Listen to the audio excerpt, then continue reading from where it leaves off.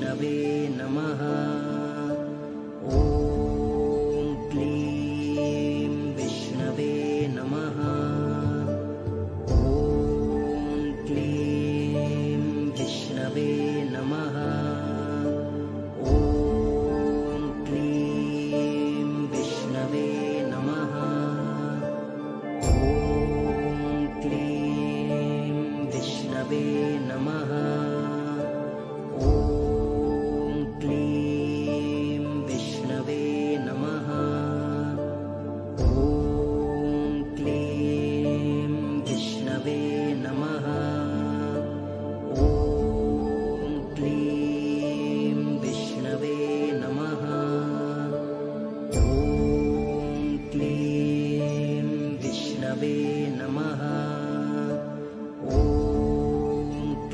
क्लीं विष्णवे नमः। ॐ क्लीं विष्णवे नमः। ॐ क्लीं विष्णवे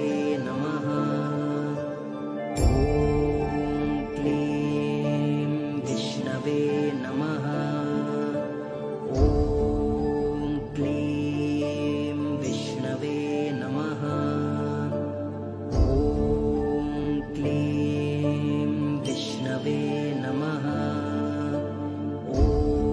ॐ क्लीं विष्णवे नमः। ॐ क्लीं विष्णवे नमः। ॐ क्लीं विष्णवे नमः। ॐ क्लीं विष्णवे नमः। ॐ क्लीं विष्णवे नमः। ॐ क्लीं विष्णवे नमः।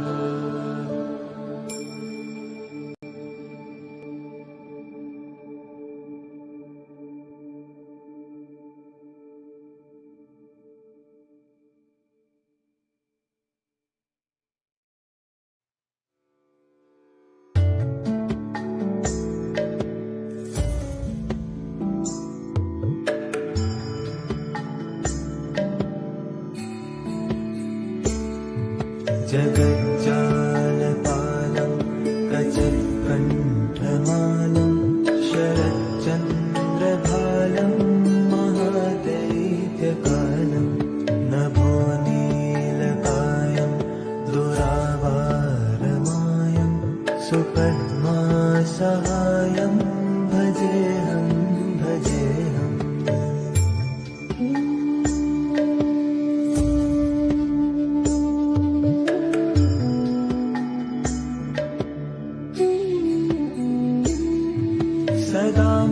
सदाम्भोदिवासं गलत्पुष्पहासं जगत्सन्निवासं शतादेत्यभासं गदाचक्रशस्त्रं लसत्पीतवस्त्रं हसच्चारुवक्त्रं भजेऽहं भजेऽहम्।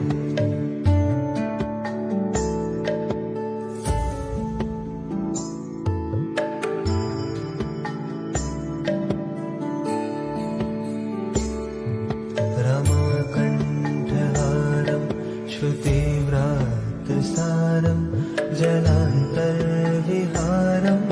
धराभारहारं चिदानन्दरूपं मनोज्ञस्वरूपं धृतानेकरूपं भजेऽहं भजेऽहम्।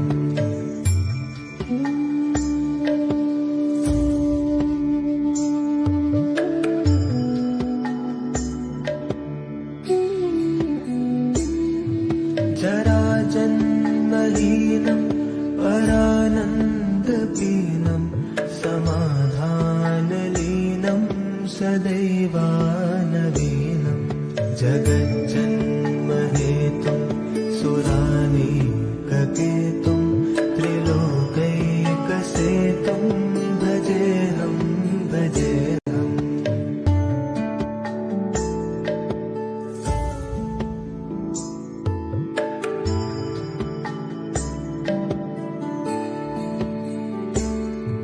कृता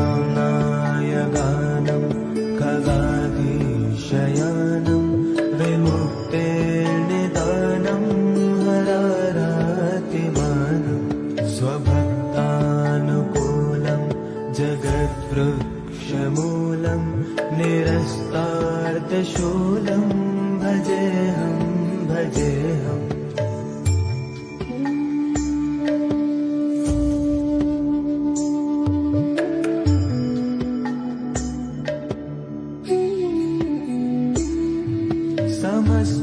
समस्तामरेशं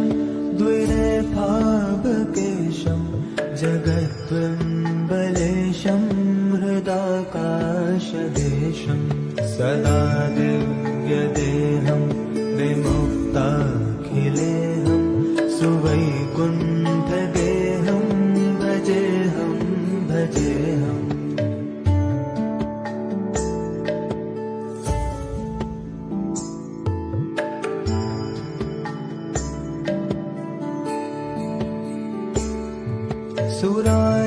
सुरालीबलिष्ठं त्रिलोकीवरिष्ठं गुरूणां गरिष्ठं स्वरूपैकनिष्ठं सदा युद्धधीरं महावीरवीरं महाम्भोधितीरं भजेऽहं भजेऽहम्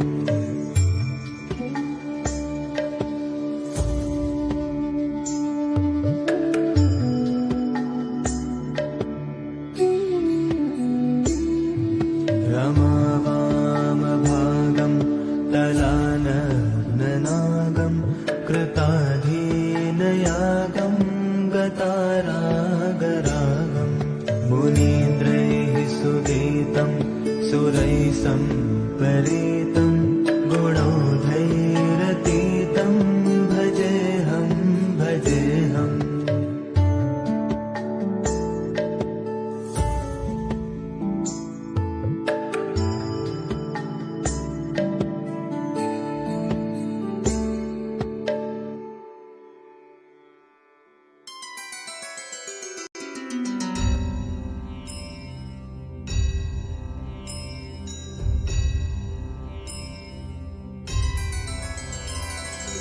मङ्गलं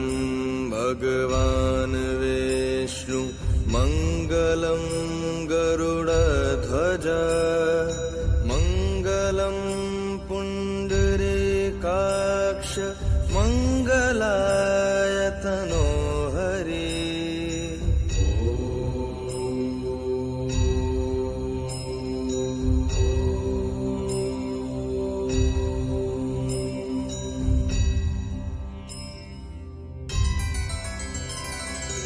मङ्गलं भगवान् विष्णु मङ्गलं गरुडध्वज मङ्गलं पुण्डरीकाक्ष मङ्गलाय तनोहरि मङ्गलं भगवान् विष्णु मङ्गलं गरुडध्वज मङ्गलं पुण्डरीकाक्ष मङ्गलाय तनोहरि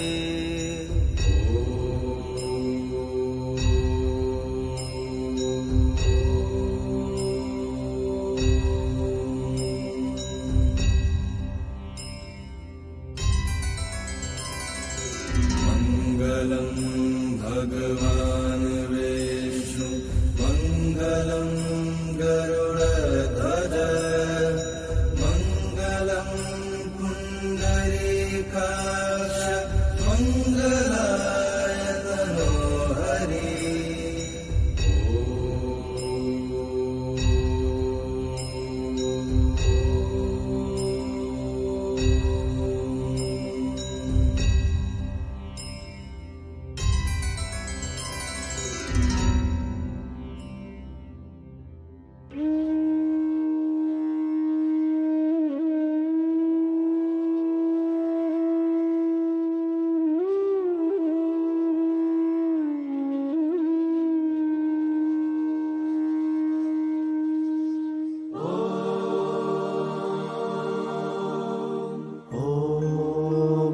भगवते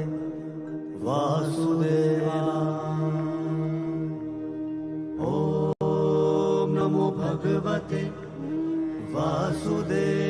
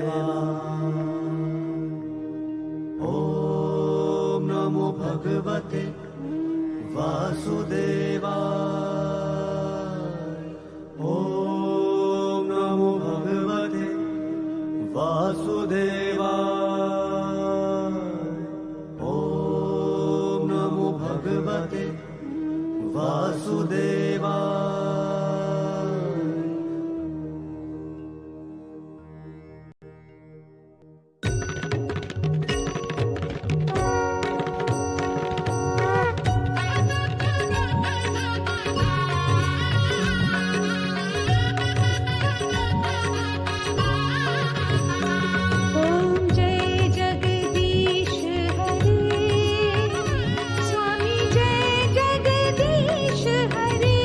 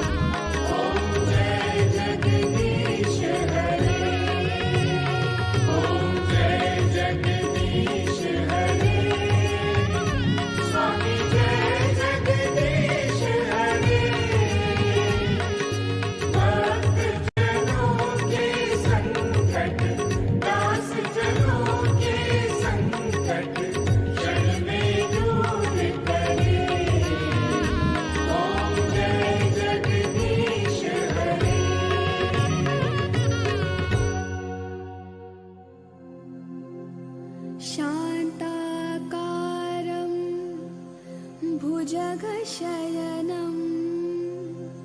पद्मनाभं सुरेशं विश्वाधारं गगनसदृशं मेघवर्णं शुभांगं लक्ष्मीकान्तं कमलनयनं योगिभिर्ध्यानगम्यं वन्दे विष्णु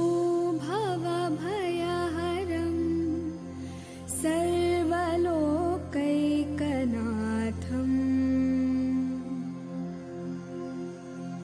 शांत स्वरूप शेष नाग पर लेटे श्री विष्णु की नाभि से कमल उत्पन्न है। वे सब देवों के स्वामी हैं। वे सारे विश्व के आधार हैं। आकाश की तरह अलिप्त और बादल की तरह सावले हैं। कमल के समान आंखें जिनकी, वही सभी संपत्ति के स्वामी हैं। योगी उन्हें जानने के लिए उनका ध्यान करते हैं। इस संसार के सब भय का नाश करने वाले, सब लोकों के स्वामी श्री विष्णु को मेरा नमस्कार।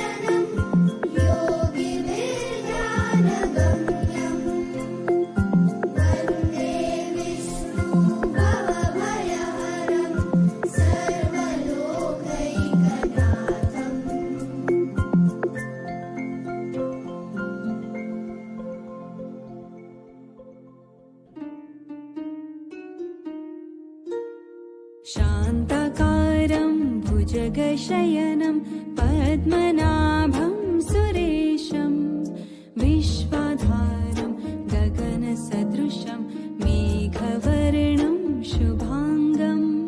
लक्ष्मीकान्तं कमलनयनं योगिभिर्ध्यानगम्यं वन्दे विष्णु भवभयहरं सर्वलोकैकनाथम्।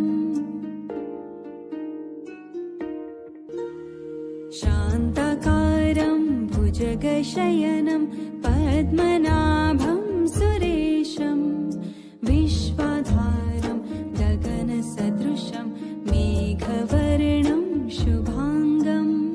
लक्ष्मीकान्तं कमलनयनं योगिभिर्ध्यानगम्यं वन्दे विष्णु भवभयहरं सर्वलोकैकनाथम्।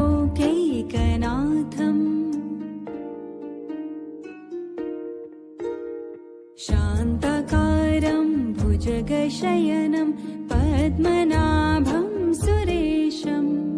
विश्वाधारं गगनसदृशं मेघवर्णं शुभांगं लक्ष्मीकान्तं कमलनयनं योगिभिर्ध्यानगम्यं वन्दे विष्णु भवभयहरं सर्वलोकैकनाथम्।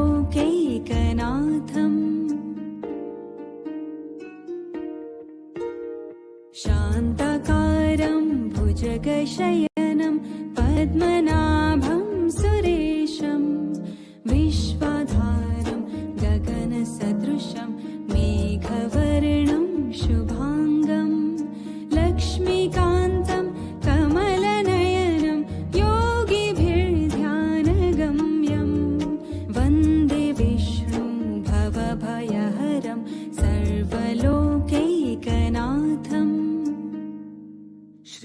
नारायण नारायण हरि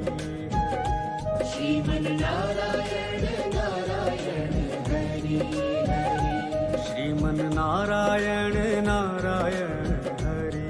हरि श्रीमन् नारायण नारायण हरि हरि तेरी लीला सबसे न्यारी न्यारी हरि हरि श्रीमन् नारायण नारायण हरि हरि श्रीमन् नारायण नारायण हरि हरि भजमन नारायण नारायण हरि हरि भजमन् नारायण नारायण ॐ नमो नारायण ॐ नमो नारायण ॐ नमो नारायण ॐ नमो नारायण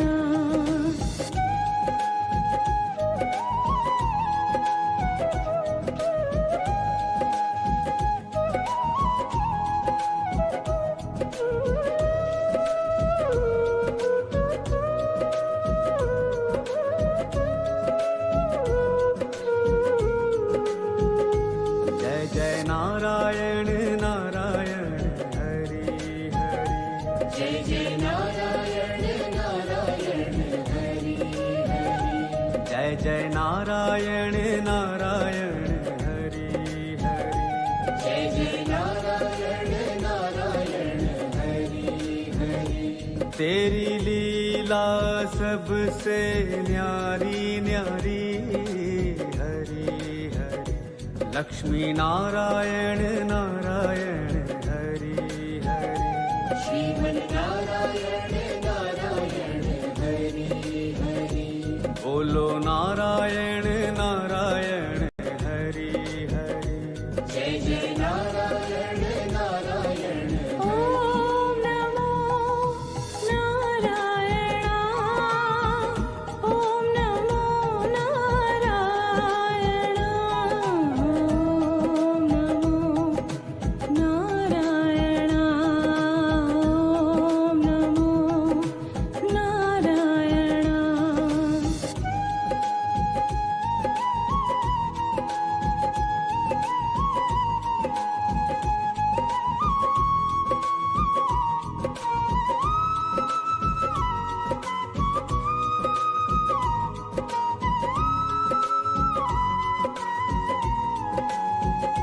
भजमन नारायण नारायण हरि हरि भजमन् नारायण नारायण हरि हरि भजमन नारायण नारायण हरि हरि भजमन् नारायण नारायण हरि हरि तेरी लीला सबसे न्यारी न्यारी हरि हरि जय जय नारायण नारायण हरि हरि जय जय नारायण नारायण हरि हरि श्रीमन् नारायण नारायण हरि हरि श्रीमन् नारायण नारायण ॐ नमो नारायण ॐ नमो नारायण ॐ नमो नारायण ॐ नमो नारायण श्रीमन् नारायण नारायण हरि हरि श्रीमन् नारायण नारायण हरि हरि तेरी लीला सबसे न्यारी न्यारी हरि हरि श्रीमन् नारायण नारायण हरि हरि श्रीमन् नारायण नारायण हरि हरि जय जय नारायण नारायण हरि हरि भजमन् नारायण नारायण हरि हरि ॐ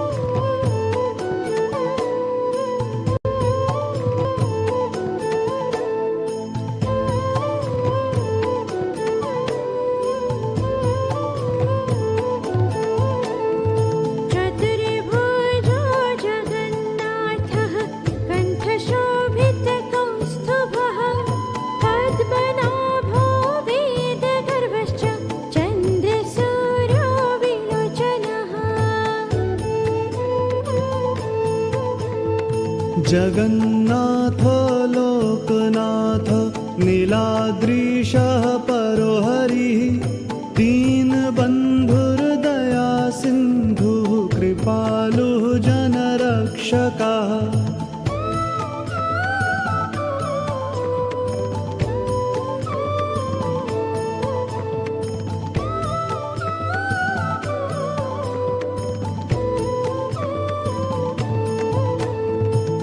कम्बुपाणिः चक्रपाणिः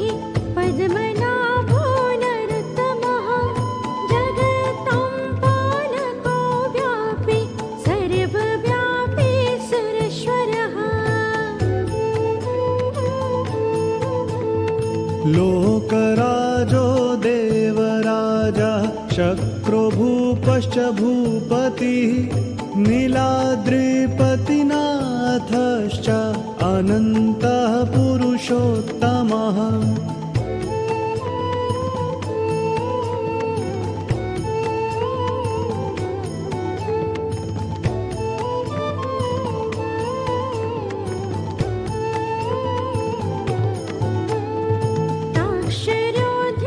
ताक्षरोऽध्ययकल्पतरुः विमला प्रतिवर्धनः बलभद्रो वासुदेवो माधवो मधुसूदनः दैत्यारिः पुण्डरीकाक्षो वनमाली बलप्रियः ब्रह्मा विष्णुः वृष्णिवंशो मुरारिः कृष्णकेशवः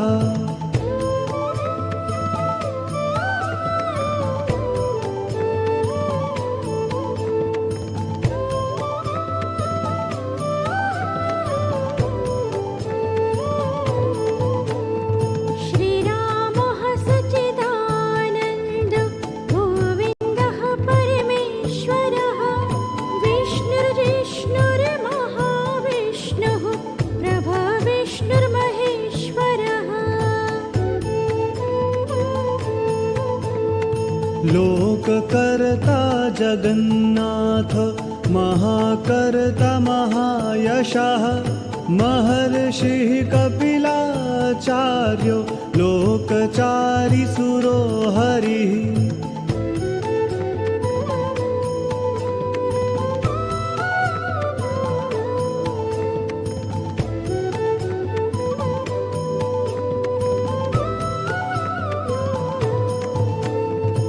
आत्मा च जीवपालश्च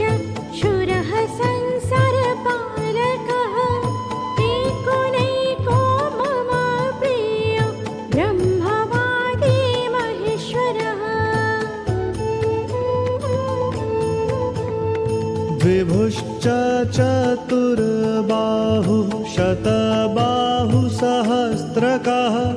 पद्मपत्रविशालाक्षः पद्मगर्भपरो हरिः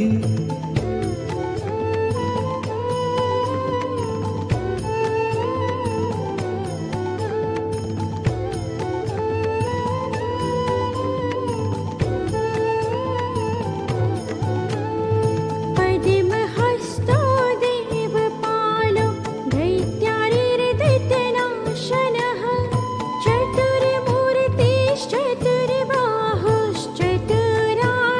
चतुर्मूर्तिश्चतुर्बाहुश्चतुराननसेवितः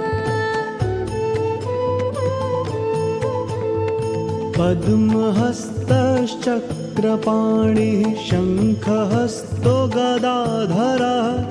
महावैकुण्ठवासी च लक्ष्मीप्रीतिकरः सदा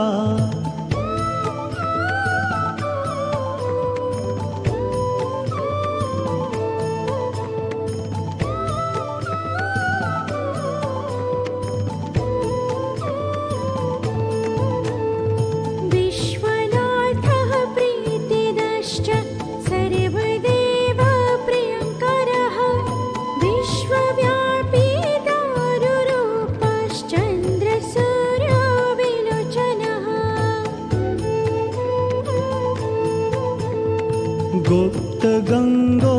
गुप्तगङ्गोपलब्धिश्च तुलसीप्रीतिवर्धनः जगदीशः श्रीनिवासः श्रीपतिः श्रीगदाग्रजः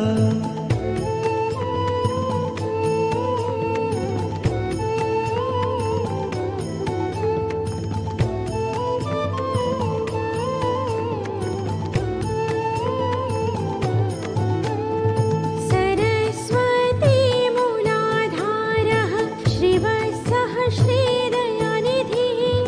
प्रजापतिः भृगुपतिर्भार्गवो नीलसुन्दरः योगमाया गुणारूपो जगद्योनीश्वरो हरिः आदित्यः प्रलयोद्धारी आदौ संसारपालकः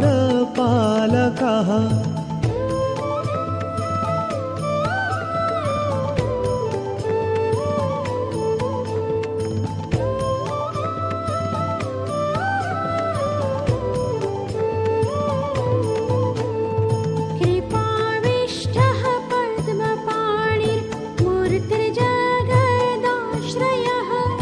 पद्मनाभो निराकारः निर्लिप्तः पुरुषोत्तमः कृपाकारः जगद्व्यापी श्रीकरः शङ्खशोभितः समुद्रकोटिगम्भीरो देवता प्रीतिदः सदा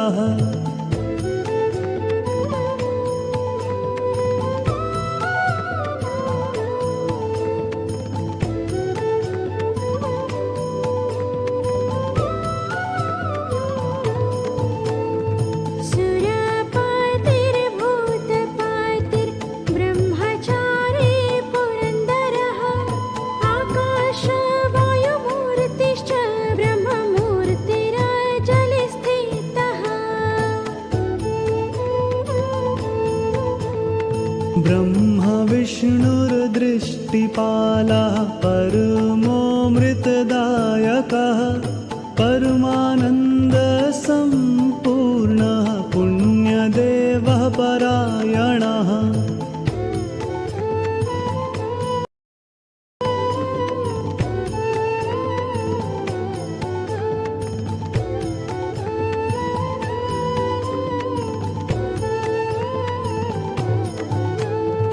धनी च धनदाता च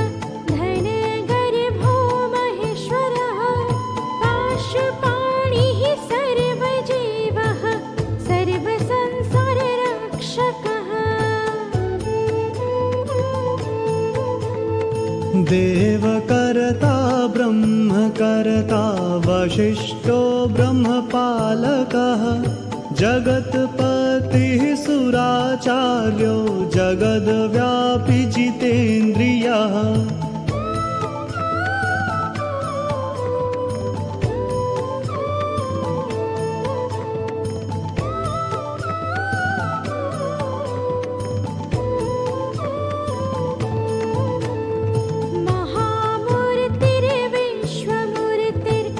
महामूर्तिर्विश्वमूर्तिर्महाबुद्धिः पराक्रमः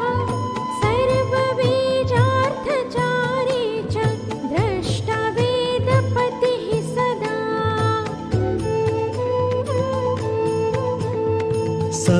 सर्वजीवस्य जीवश्च गोपतिर्मरुतां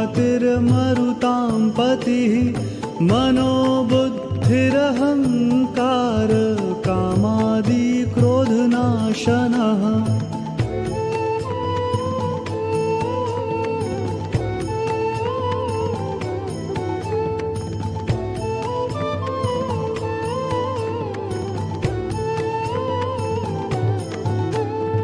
कामदेवः कामपालः कामङ्गः कामवल्लभः शत्रुनाशी कृपासिन्धुः कृपालुः परमेश्वरः देवत्राता देवमाता भ्राता बन्धुपिता सखा बालवृद्धस्तनूरूपो विश्वकर्मा बलो बला स्वधाकरः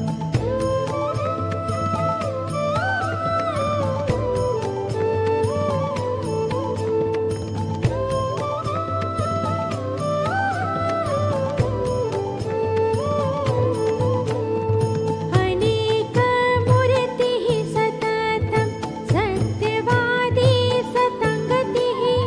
लोकब्रह्मा बृहद्ब्रह्मा स्थूलब्रह्मा सुरेश्वरः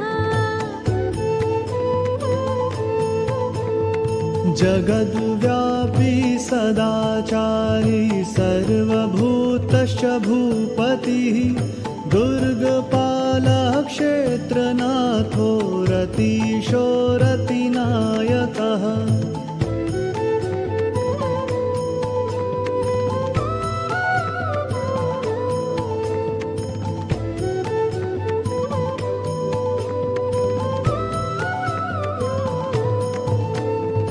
बली विश्वबलाचारी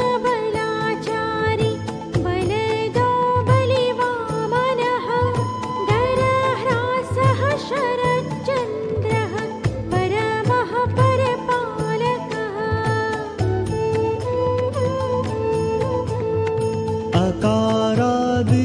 अकारादिमकारान्तो मध्योकारः स्वरूपधृक् स्तुतिस्थायी सोमपाश्च स्वाहाकारः स्वधाकरः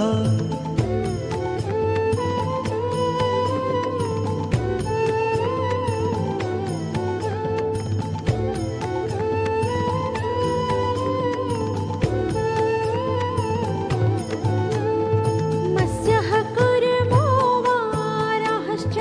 नरसिंहश्च वामनः परशुरामो महावीर्यो रामो दशरथात्मजः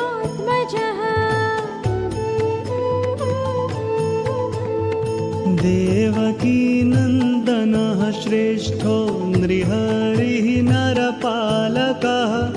वनमाली देहधारी पद्ममाली विभूषणः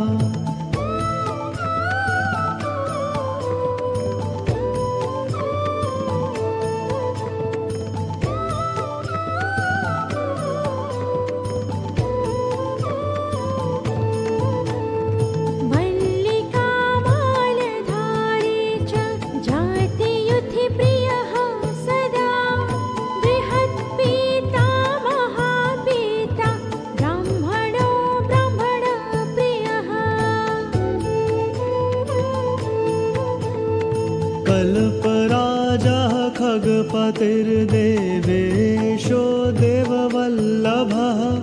परमात्मा बलो राज्ञां माङ्गल्यं सर्वमङ्गलः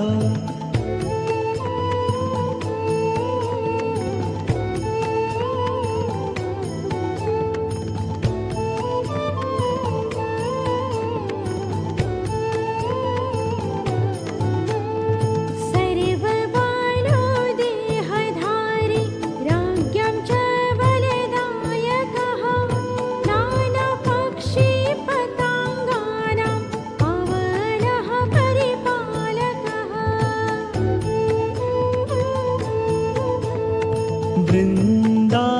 वृन्दावनविहारी च नित्यस्थलविहारकः क्षेत्रपालो मानवश्च भुवनो भवपालकः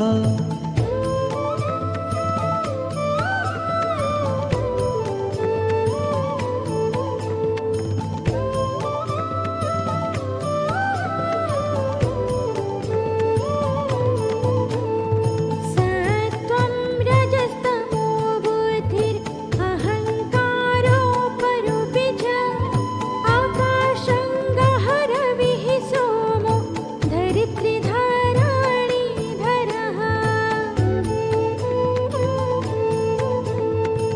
निश्चिन्तो योगनिद्रश्च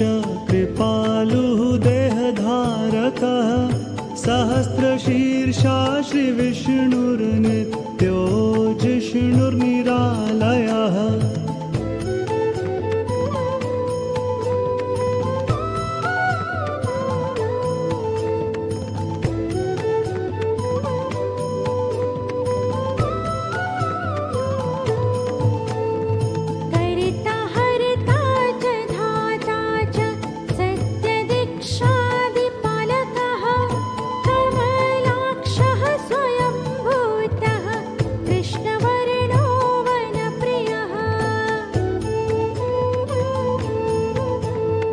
कल्पद्रुमः पादपारिः कल्पकारी स्वयं हरिः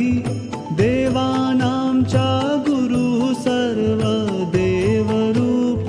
नमस्कृतः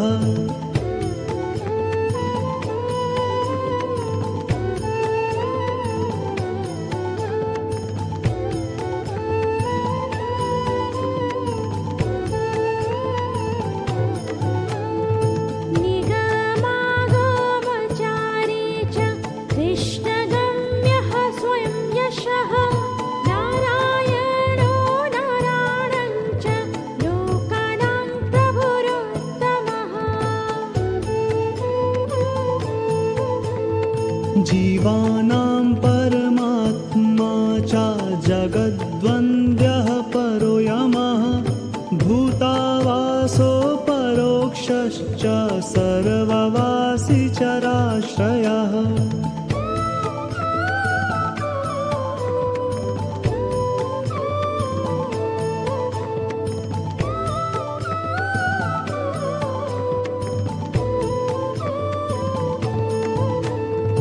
भागीरथी मनोबुद्धिर्भवमृत्युः परिस्थितः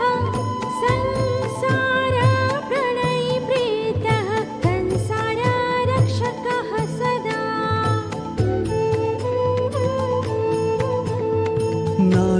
नानावर्णधरो देवो नानापुष्पविभूषणः नन्दध्वजो ब्रह्मारूपो गिरिवासी गणाधिपः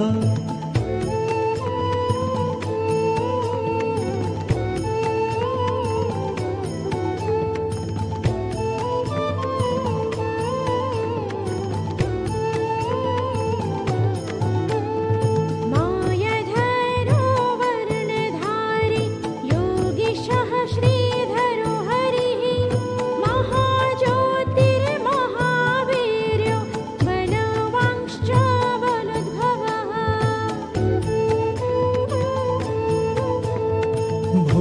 भूतकृतभवनो देवो ब्रह्मचारी सुराधिपः सरस्वती सुराचार्यः सुरदेवः सुरेश्वरः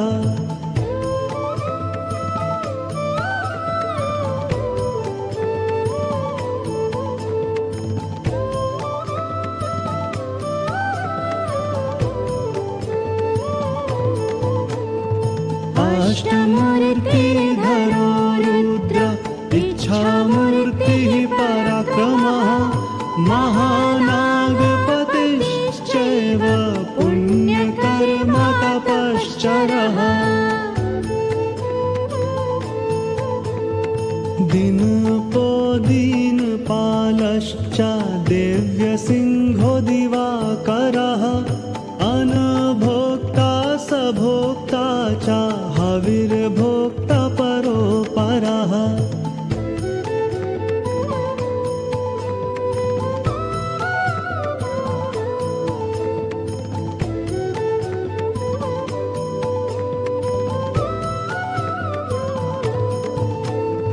मन्त्रदो ज्ञानदाता च सर्वदाता परो हरिः पररिद्धिः परधर्मा च सर्वधर्म नमस्कृतः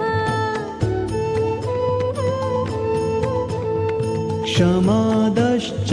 दयादश्च सत्यदः सत्यपालकः कंसारिः केशनाशी च नाशनो दुष्टनाशनः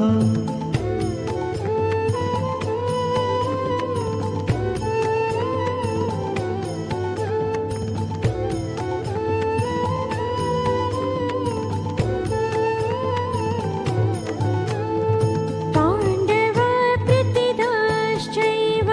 परमः परपालकः जगद्धाता जगत्कर्ता गोपगोपसपालकः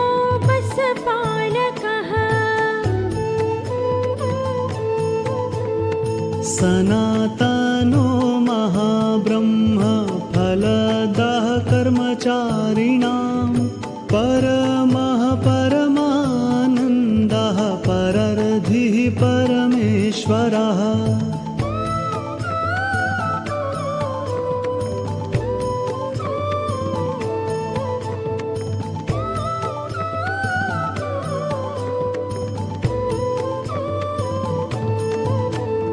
शरणः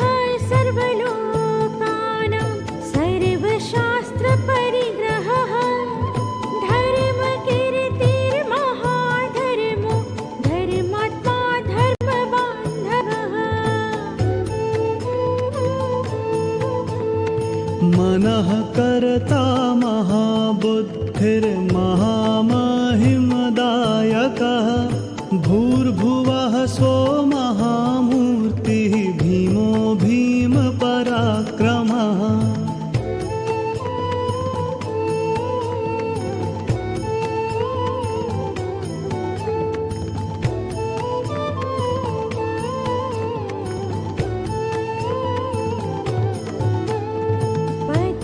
पथ्यभूतात्मको देवः पथ्यमूर्तिः परात्परः विश्वकारो विश्वगर्वः सुरामन्दुसुरेश्वरः। भुवनेशः सर्वव्यापी भवेशः भवपालकः दर्शनीयश्चतुर्वेदः शुभाङ्गो लोकदर्शनः।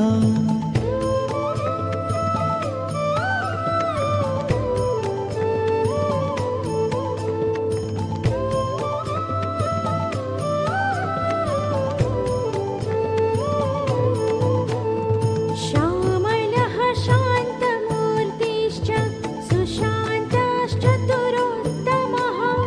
सामप्रीतिश्च ऋक्प्रीतिर्यजुषोऽथर्वणप्रियः।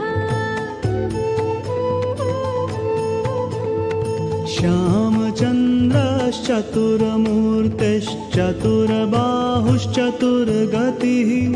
महाज्योतिर्महामूर्तिर्महाधाम महेश्वरः।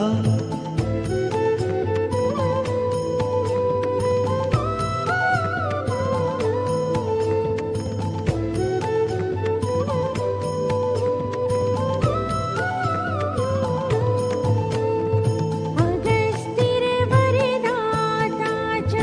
सर्वदेवपितामहः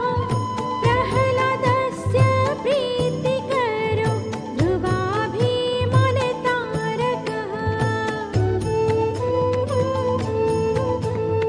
मण्डितः सुतनुर्दाता साधुभक्तिप्रदायकः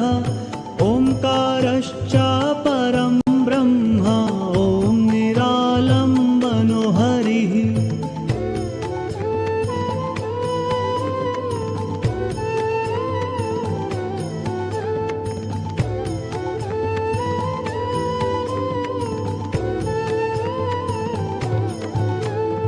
सद्गतिः परमो हंसो जीवात्मा जननायकः मनश्चिन्ताश्चित्तहारी मनोज्ञाष्टपधारकः। ब्राह्मणो ब्रह्मजातीनामिन्द्रियाणां गतिः प्रभुः त्रिपादादूर्ध्वसम्भूतो विराट् चैव सुरेश्वरः।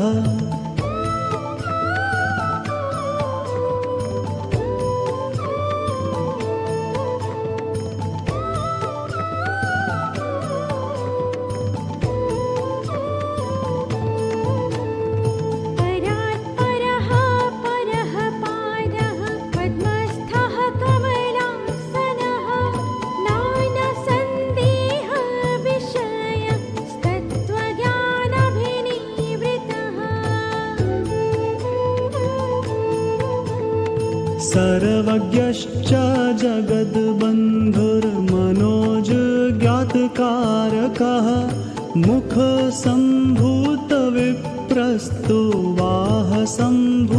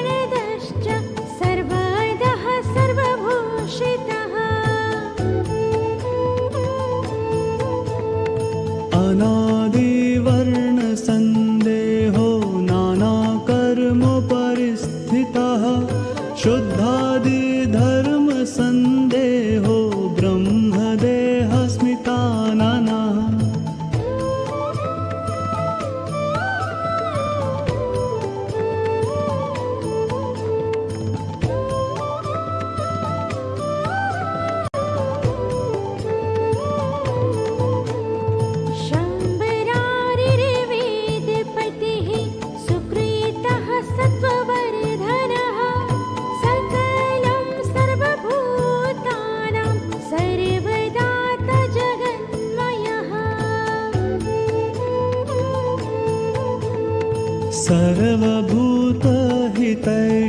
च सर्वप्राणिहिते रतः सर्वदा देहधारी च बटको बटुगः सदा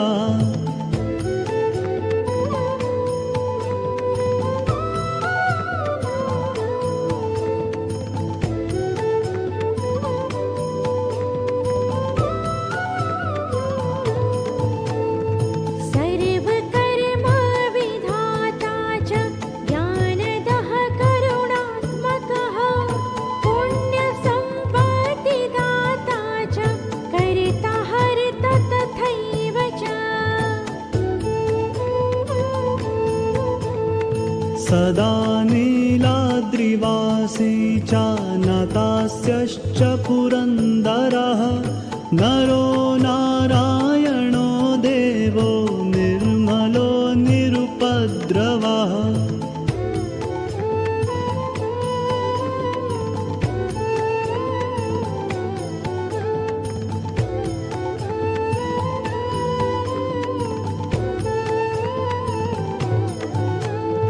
ब्रह्मा शम्भुः सुरश्रेष्ठः कम्बुपाणिर्बलुर्जुनः जगद्धाता चिरायुश्च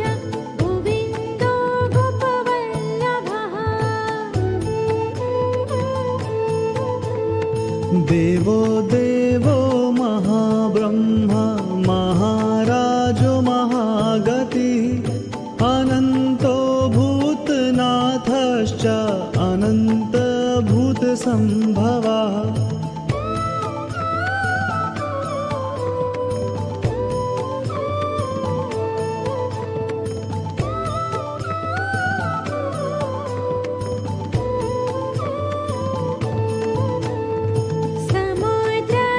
समुद्रपर्वतानां च गन्धर्वाणां तथा श्रयः श्रीकृष्णो देवकी पुत्रो मुरारिर्वेणुहस्तकः जगत्स्थायी जगद्व्यापी सर्वसंसारभूतिदः रत्नगर्भो रत्नहस्तो रत्नाकरसुतापतिः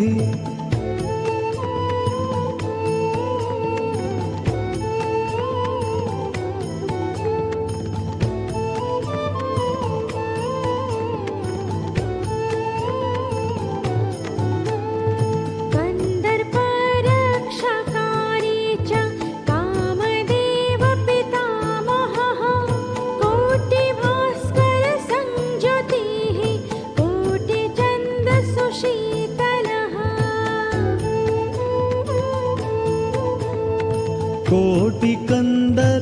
कोटिकन्दर्पलावण्यः काममूर्तिबृहत्तपः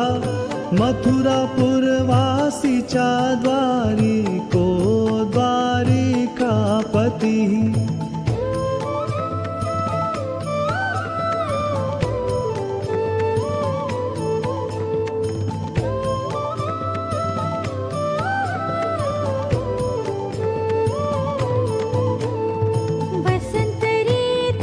वसन्तऋतुनाथश्च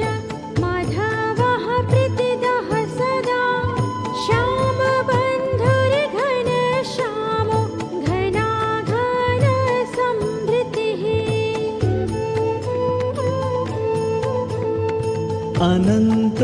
अनन्तकल्पवासी च कल्पसाक्षी च कल्पकृत् सत्यनाथः सत्यचारी सत्यवादी सदा स्थितः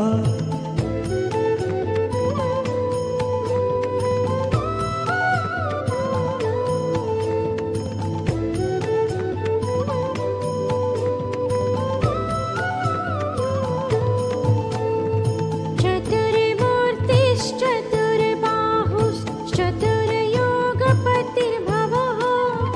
रामकृष्णो युगान्तश्च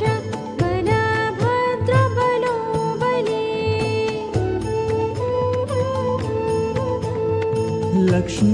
लक्ष्मीनारायणो देवा शालग्रामशिला प्रभु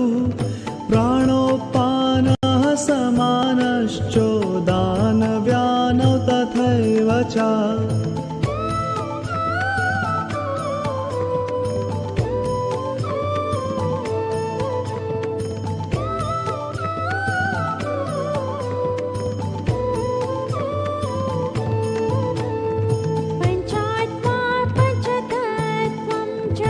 शरणागतपालकः यत्किञ्चित् दृश्यते लोके तत्सर्वं जगदीश्वरः। जगदीशो महद्ब्रह्म जगन्नाथायते नमः। जगदीशो महद्ब्रह्म जगन्नाथायते नमः। जगदीशो महद्ब्रह्म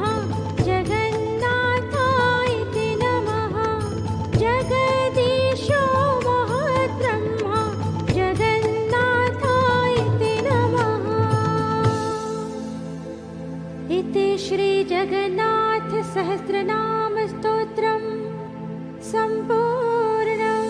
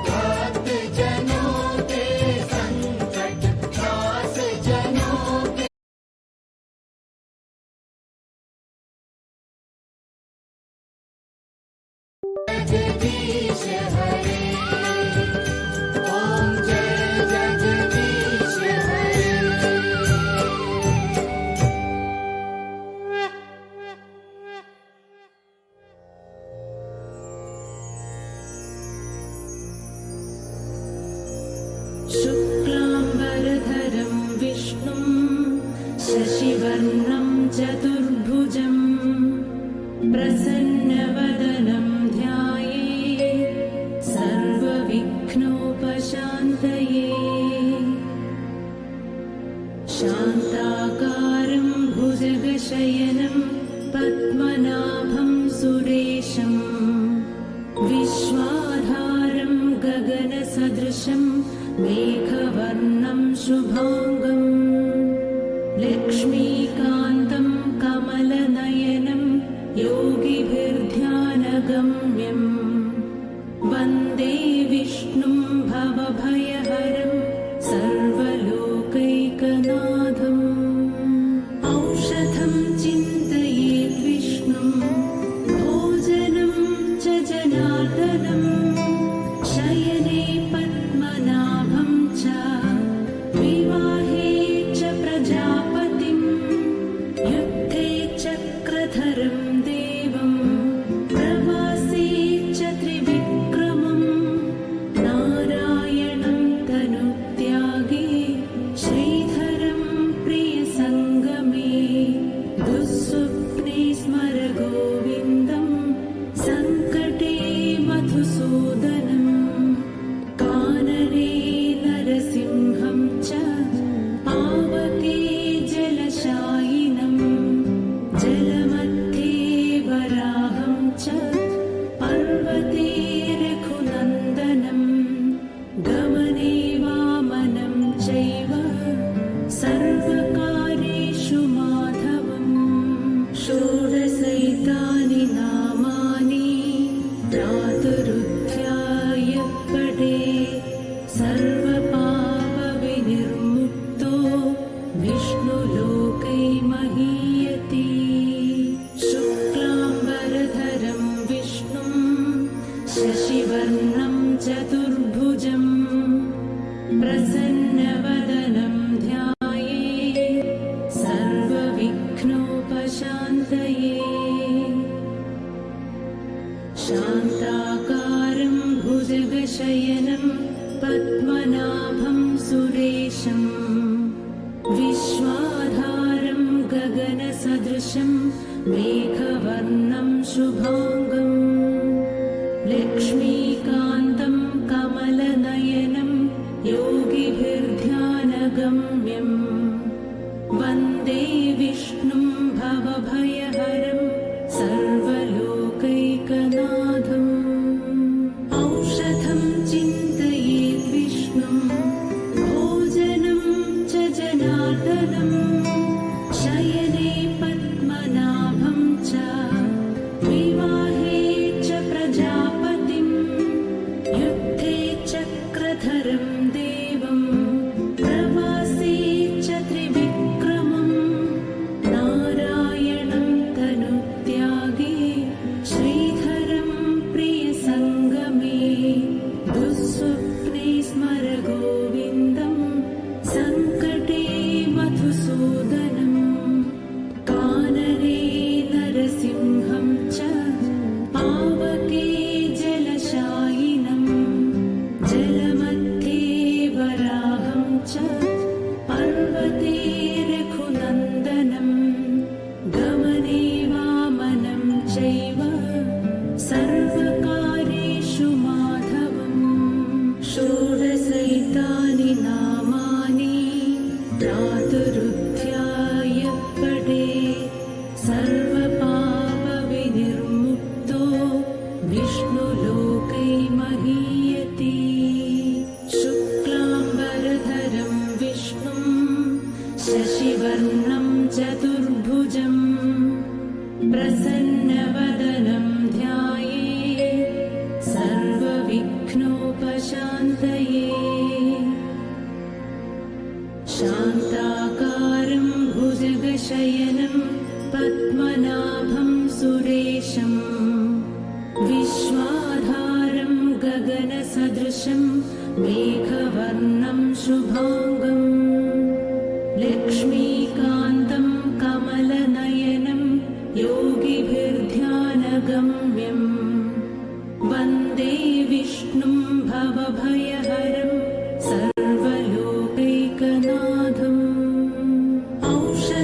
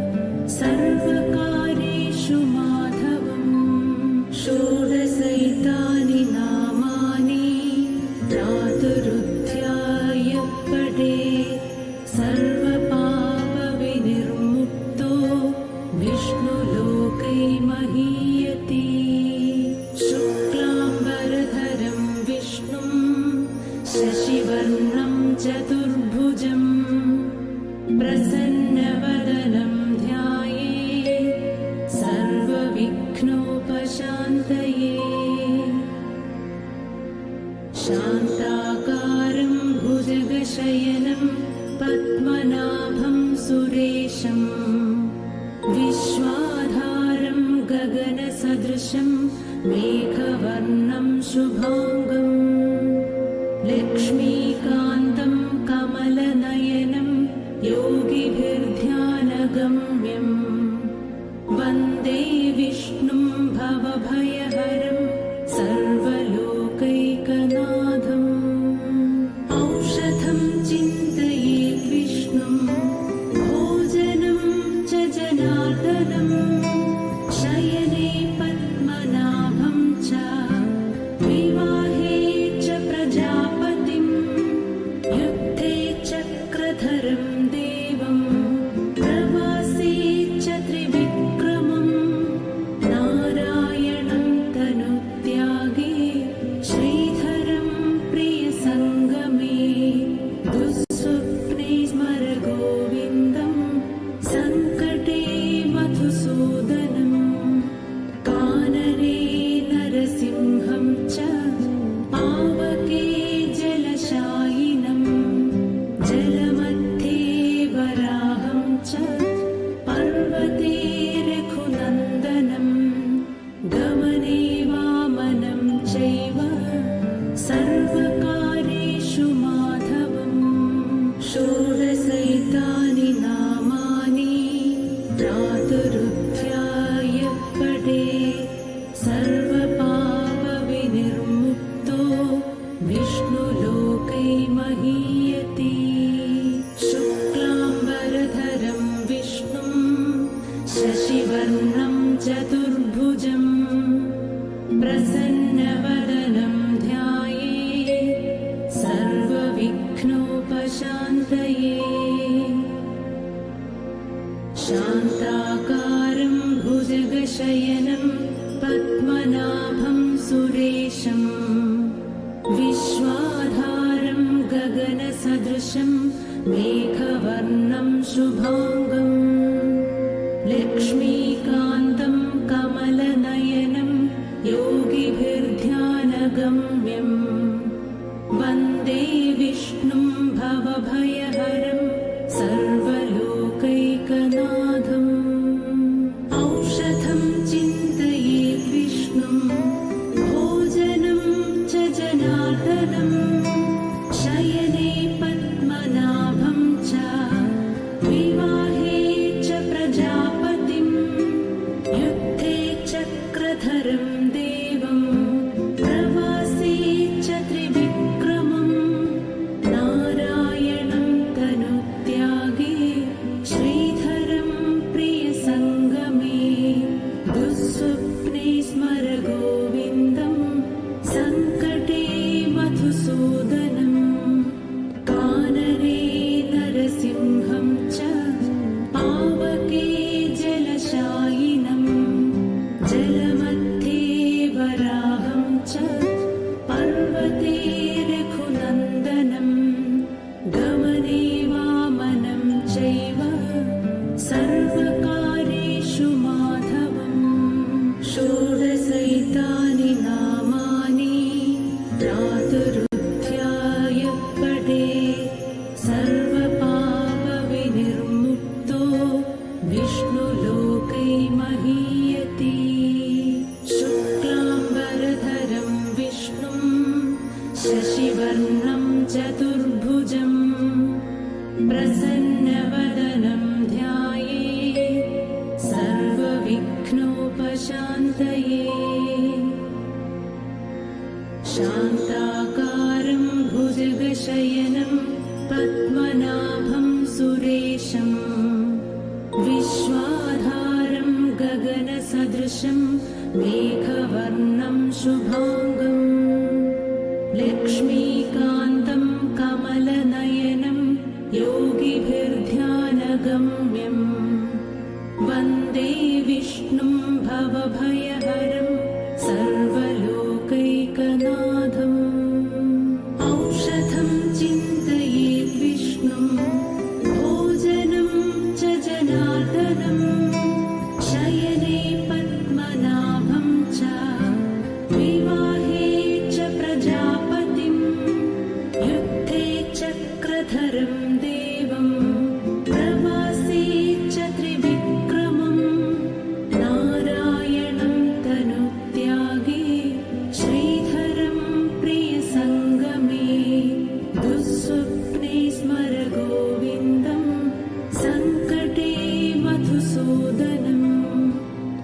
कानने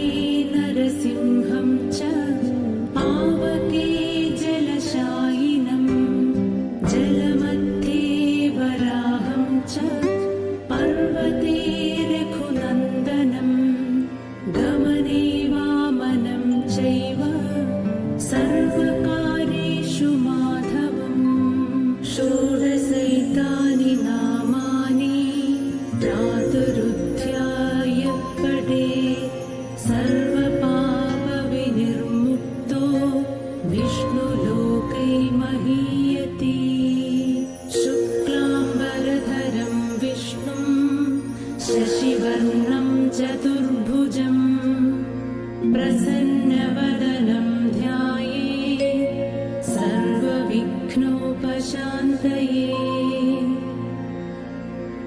शान्ताकारं भुजगशयनं पद्मनाभं सुरेशं विश्वाधारं गगनसदृशं मेघवर्णं शुभाङ्गं लक्ष्मीकान्तं कमलनयनं योगिभिर्ध्यानगम्यं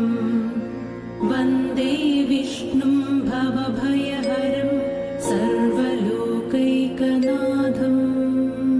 औषधं चिन्तयेत् विष्णुं भोजनं च जनार्दनं शयने पद्मनाभं च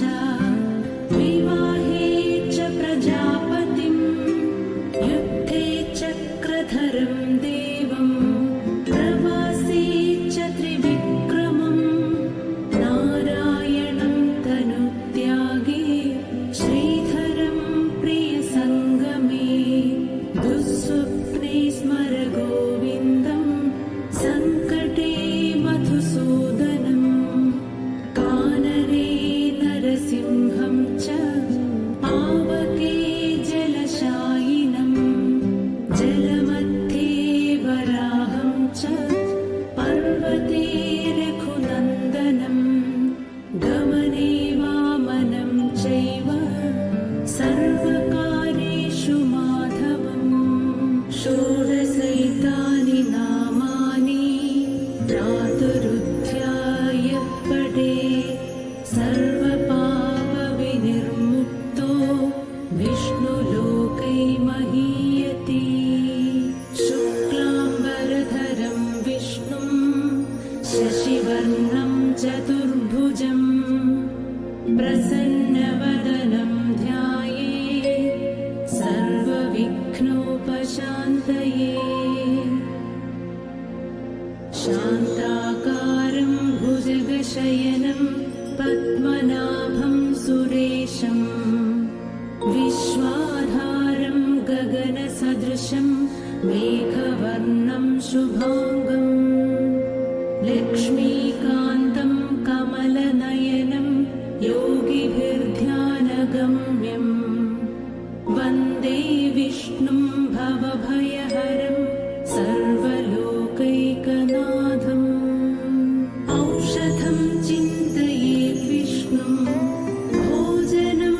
च जनार्दनं शयने पद्मनाभं च विवाहे च प्रजापतिं युद्धे चक्रधरं देवं प्रवासे च त्रिविक्रमं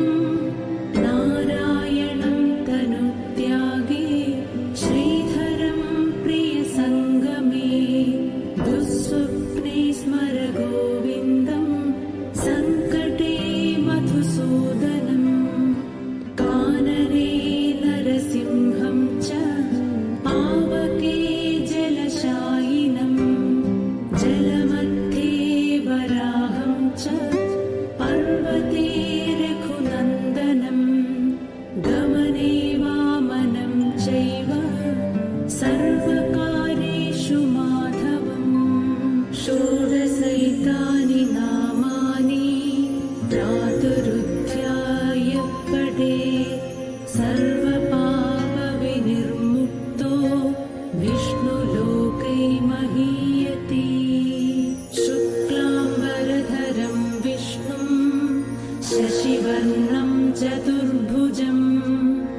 प्रसन्नवदनं ध्याये सर्वविघ्नोपशान्तये शान्ताकारं भुजगशयनं पद्मनाभं सुरेशं विश्वाधारं गगनसदृशं मेघवर्णं शुभाङ्गम् लक्ष्मीकान्तं कमलनयनं योगिभिर्ध्यानगम्यम् वन्दे विष्णुं भवभयहरं सर्वलोकैकनाथम् औषधं चिन्तयेत् विष्णुं भोजनं च जनार्दनम् शयने पद्मनाभं च विवाहे च प्रजापतिं युद्धे चक्रधरं देवं प्रवासे च त्रिविक्रमं नारायणं तनुत्यागे श्रीधरं प्रियसङ्गमे दुःस्वप्ने स्मर गोविन्दं सङ्कटे मधुसूदनम् कानने नरसिंहं च पावके जलशायिनं जलमध्ये वराहं च पर्वते रघुनन्दनं गमने वामनं चैव सर्वकार्येषु माधवम् षोडशैतानि नामानि प्रातरुत्थाय पठे सर्वपापविनिर्मुक्तो विष्णुलोके महीयते शुक्लाम्बरधरं विष्णुं शशिवर्णं चतुर्भुजं प्रसन्नवदनं ध्याये सर्वविघ्नोपशान्तये शान्ताकारं भुजगशयनं पद्मनाभं सुरेशं विश्वाधारं गगनसदृशं मेघवर्णं शुभाङ्गम् लक्ष्मीकान्तं कमलनयनं योगिभिर्ध्यानगम्यम् वन्दे विष्णुं भवभयहरं सर्वलोकैकनाथम् औषधं चिन्तयेत् विष्णुं भोजनं च जनार्दनम् शयने पद्मनाभं च विवाहे च प्रजापतिं युद्धे चक्रधरं देवं प्रवासे च त्रिविक्रमं नारायणं तनुत्यागे श्रीधरं प्रियसङ्गमे दुःस्वप्ने स्मर गोविन्दं सङ्कटे मधुसूदनम् कानने नरसिंहं च पावके जलशायिनं जलमध्ये वराहं च पर्वते रघुनन्दनं गमने वामनं चैव सर्वकार्येषु माधवम् षोडशैतानि नामानि प्रातरुत्थाय पठे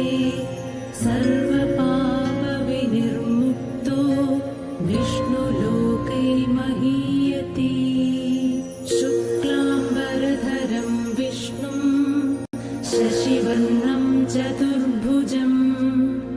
प्रसन्नवदनं ध्याये सर्वविघ्नोपशान्तये शान्ताकारं भुजगशयनं पद्मनाभं सुरेशं विश्वाधारं गगनसदृशं मेघवर्णं शुभाङ्गम् लक्ष्मीकान्तं कमलनयनं योगिभिर्ध्यानगम्यम् वन्दे विष्णुं भवभयहरं सर्वलोकैकनाथम् औषधं चिन्तयेत् विष्णुं भोजनं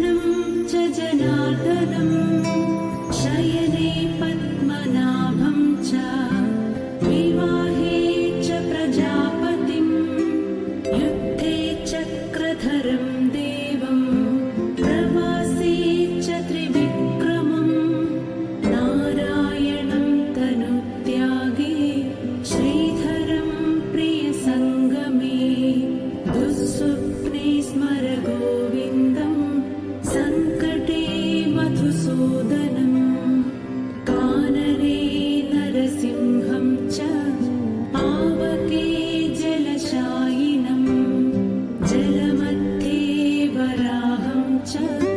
पर्वते रघुनन्दनं गमने वामनं चैव सर्वकार्येषु माधवम् षोडशैतानि नामानि प्रातरुत्थाय पठे सर्वपापविनिर्मुक्तो विष्णुलोकै महीयते शुक्लाम्बरधरं विष्णुं शशिवर्णं चतुर्भुजं प्रसन्नवदनं ध्यायेत् सर्वविघ्नोपशान्तये शान्ताकारं भुजगशयनं पद्मनाभं सुरेशं विश्वाधारं गगनसदृशं मेघवर्णं शुभाङ्गं लक्ष्मीकान्तं कमलनयनं योगिभिर्ध्यानगम्यं वन्दे विष्णुं भवभयहरं सर्वलोकैकनाथम् औषधं चिन्तयेत् विष्णुं भोजनं च जनार्दनं शयने पद्मनाभं च विवाहे च प्रजापतिं युद्धे चक्रधरं देवं प्रवासे च त्रिविक्रमं नारायणं तनुत्यागे श्रीधरं प्रियसङ्गमे दुःस्वप्ने स्मर गोविन्दं सङ्कटे मधुसूदनं कानने नरसिंहं च पावके जलशायिनं जलमध्ये वराहं च पर्वते रघुनन्दनं गमने वामनं चैव सर्वकार्येषु माधवम् षोडशैतानि नामानि प्रातरुत्थाय पठे सर्वपापविनिर्मुक्तो विष्णुलोकै महीयते शुक्लाम्बरधरं विष्णुं शशिवर्णं चतुर्भुजं प्रसन्नवदनं ध्यायेत् सर्वविघ्नोपशान्तये शान्ताकारं भुजगशयनं पद्मनाभं सुरेशं विश्वाधारं गगनसदृशं मेघवर्णं शुभाङ्गं लक्ष्मीकान्तं कमलनयनं योगिभिर्ध्यानगम्यं वन्दे विष्णुं भवभयहरं सर्वलोकैकनाथम् औषधं चिन्तयेत् विष्णुं भोजनं च जनार्दनं